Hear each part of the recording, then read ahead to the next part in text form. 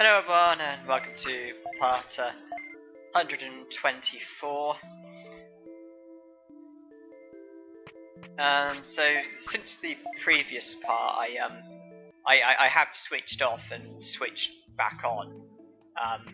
Because obviously I slept, but I saved as well. Then I switched off. That was only about half an hour ago, but here I am now carrying on. But obviously in doing so, obviously the game has reset, and unless my eyes have deceived me, it looks like it might have gotten rid of Sukemon's butterfly. Although it could easily come back. It may not have even gone. It might still be there. But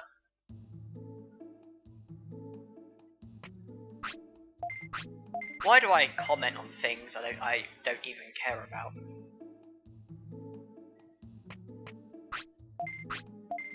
It doesn't matter if he wants to eat, it doesn't matter if he has care mistakes, it doesn't matter if he's got the butterfly. All that matters is I speak to Centauramon, rest until the Digimon wants to sleep, and that would be the end of another day. But I don't know why I commented on the butterfly, because I don't really care about the butterfly, to be quite honest.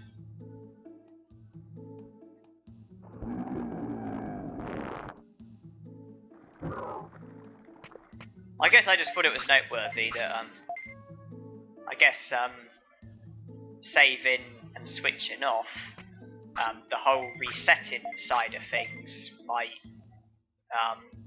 cause something to change, because the data and everything, it might cause the game to forget about something.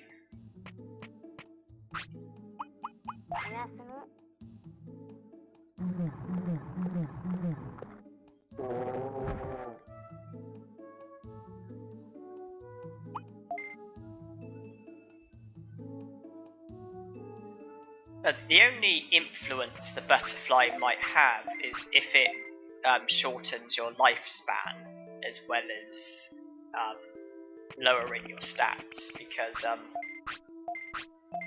obviously in a way I kind of want to delay fading away for as long as possible, because when I fade away there's the slight pause that it takes to run down into the clinic. Not to mention that the routine with the baby and in training Digimon is less helpful, because I find that time goes a bit slower, the days go slower because of how they don't sleep for as long, but then it improves with Gabumon and then improves more with Sukemonn. So I guess the longer Sukemonn is alive for, the more days that will pass, the quicker I'll get to my target.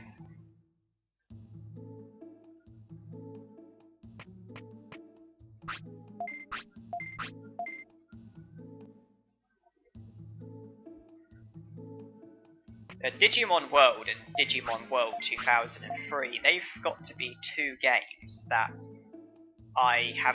which I played to death, but it took me a very long time before I completed them 100%. Because Digimon World 2003, I got that when I was in year 7, which was 10 years ago, and I managed to, in time, complete the game, in that I managed to defeat the final boss, although in my version, Digimon World 2003, there's then the extra bit afterwards, where you can return to the game. In Digimon World 3, I don't think you have this option, but because I think in Digimon World 3, I think the game ends when you beat the final boss, but Digimon World 2003, you've got more after you beat the final boss. And although I managed to beat the final boss in Digimon World 2003, and I think my timing with it wasn't that bad, although there were bits that I did get stuck on for a long time. The Mobius Desert, it took me ages to find the Mirage Tower. In the Amaterasu server, I know it took me, after defeating the first two chiefs, it took me ages to figure out what I was then meant to do.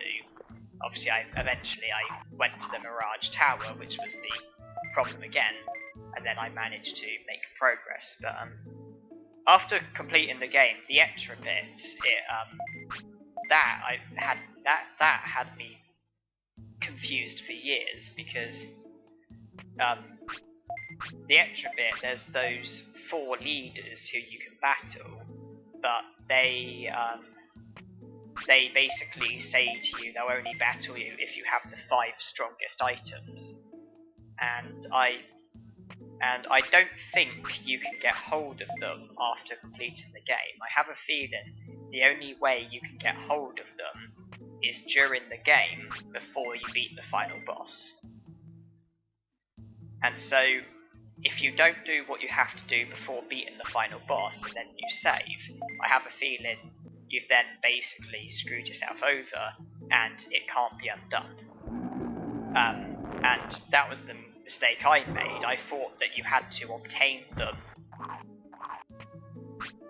after beating the boss and returning to the game. So obviously I spent ages searching for nothing and not making any progress. Until I noticed before beating the final boss, I noticed some of the Digimon the Digimon that assist you in getting the 5 strongest items. The ones where if you have an item, weapon, they'll say to you that if you bring another weapon, they'll fuse it together and make something stronger. That's like the first step towards getting the 5 strongest items. And I made some progress with that, but not enough to get the 5 strongest items, and then thanks to the internet I managed to get the 5 strongest items and then beat the final boss and then do what had to be done afterwards. But I have a feeling I was in year 10 when I did the game 100% for the first time, so that was 3 years after I first getting and playing the game. And then Digimon World, I think I was in year 4 when I first started playing it, which was 13 years ago. And although I beat Machine Dramon, eventually beat Machine Dramon, I remember it took me forever and a day to get the 100 prosperity points. And the recruitment that I was failing on was Frigimon. Frigimon gets you 2 points, so I had 98 prosperity points, and didn't know where the other 2 came from. When you beat Machine Dramon, you see the credits, and you see Frigimon inside his igloo thing with a Garulamon, which that made me suspect it may have been Frigimon. Not only that, but most of the Digimon who you can digivolve to, babies and entrainings not included, but out of the rookies, champions and ultimates, most of the Digimon that you can digivolve to can be recruited, and the fact that I had a Frigimon but hadn't recruited one made me suspect it may have been a Frigimon.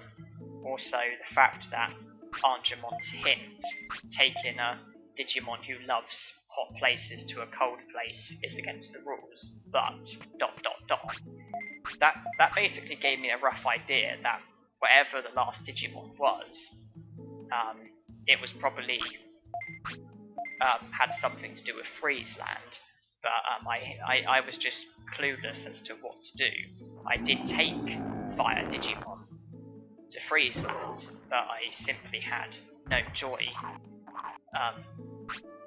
But then I read online about what has to be done. You need to go there with a Fire Digimon, make the Digimon sick, then run about, and then Frigimon should save you. And they said that the easiest way to do it is to intentionally make your Digimon sick by feeding it a mouldy meat. And so that's basically what I did. I went to Friesland with a Fire Digimon, made him sick, and then Frigimon saved me. And then I returned with a non-Fire Digimon, and then he joined, and then I got my 100 prosperity points. But that was... when would that have been? I'm trying to think when that would have been, but it would have been years after I first started playing the game, and even after getting 100 prosperity points, it was years after that until I finally did the game 100%, because there's 15 medals, you know, because you've seen me obtain 14, and a lot of you yourselves would have obtained all 15. And obviously there's so many different things you have to fulfill, and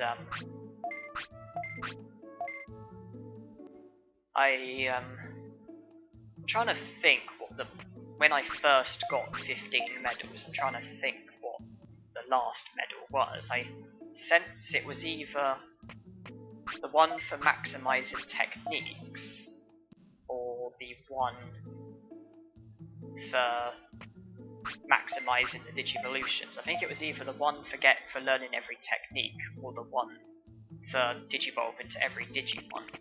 And I believe that but either way, I remember it was just years and years after I first started playing the game. I know the very last technique I ever learnt was Infinity Burn. I mean, when I first learnt every technique, the last technique that I learnt was Infinity Burn, because lame as it may seem, I never actually knew the technique existed. Although I had seen Infinity Burn be used, I thought it was just Fire Tower, and I thought that the reason why it was doing so much power is because I was just up against powerful opponents. It wasn't until one of the tournaments where my opponent, who I think was Blue Mirrormon, happened to use both Fire Tower and Infinity Burn, then I thought to myself, hold on, one of them does like 100 damage, the other does like 800, one of them takes like 1 second, one of them takes like 3 seconds, and eventually I managed to suss out that it was a different technique, and it was the last remaining technique, and then from training my brains, I was able to learn Infinity Burn. Obviously I had to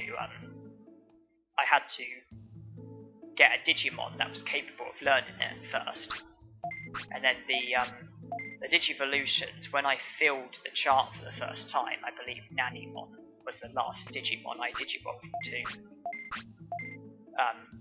I failed to naturally Digivolve to him, but then from managing to win at the Filth tournament, I was then able to get his Digivolution item and then Digivolve to him. Although with the tournament, it also took me a long time to get all of the medals that you can get.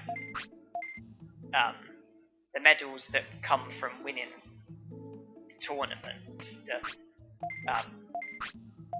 the different like categories you've got and the medals you get for winning each one.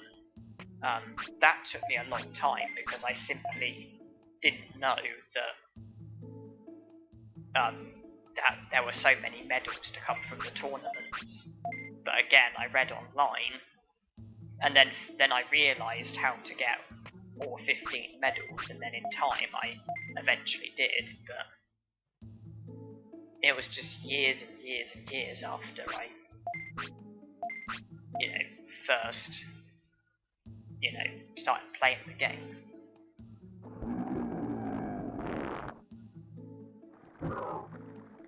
Certainly this game took me a lot longer to 100% than Digimon World 2003 took.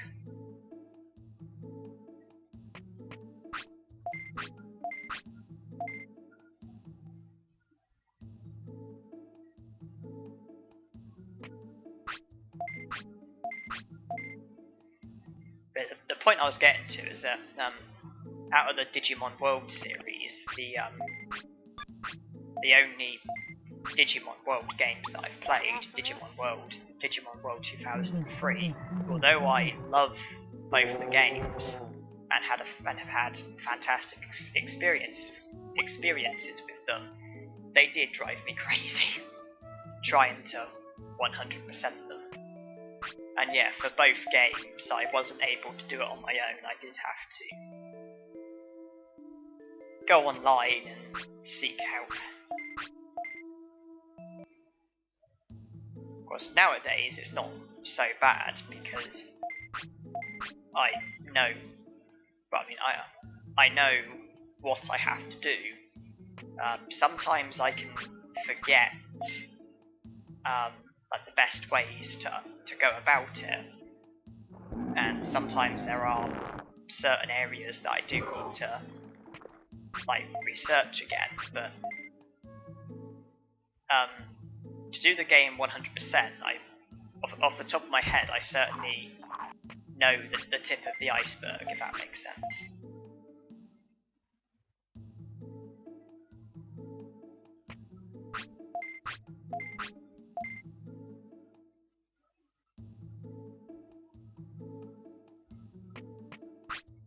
So I think the only other Digimon game I played was Digimon Rumble Arena, which I don't really want to talk about, because just between you and me, I don't think very highly of that game, and I'm going to stop talking about it right now. Yeah, Digimon World 2003 is my favourite video game from the Digimon World series, and is also my favourite video game overall. So when it comes to rating video games, I don't exactly go by my current favourite. I sort of go by my first experience with the game, and I sort of go by my experiences overall with the game over the time that I've been playing it. But like my very first playthrough of a game, that is crucial when it comes to rating video games. When I rate video games, my very first playthrough is very significant in like how I rate a game. I go by my first playthrough, the experiences, but then I also go by the experiences of like repeated playthroughs. And Digimon World 2003 I do consider to be my favourite video game of all time, because my very first playthrough of the game, it was, I can't really describe it, but my very first playthrough of the game, I can literally tell you that no other playthrough of any other game has ever been like it. And although I don't have the same opinion on the game now, I remember my very, very first experience, and overall my experiences in the past, and that is Digimon World 2003 is my favourite video game of all time. Although the way that I rate games, that's obviously going by my playthroughs and experiences that I have had, and presently, it's not like, I don't know how to say this, but it's not my favourite video game like presently, there are video games that I would rather play, and that's probably always going to be the way of things. But it's how I felt in the very first playthrough. That's why I'm rating it top. Although it's not like my favourite anymore, it's not presently my favourite, but I still have it down as my favourite based on my first experience. But when I say first experience, I don't just mean my very, very first experience, I mean the entire first playthrough, and I suppose my first experience as well.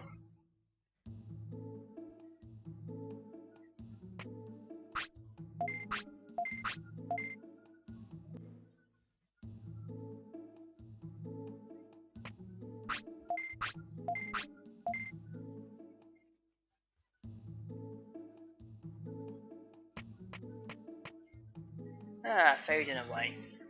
And once again, it's just before he wanted to sleep, which is annoying because again, I've lost hours.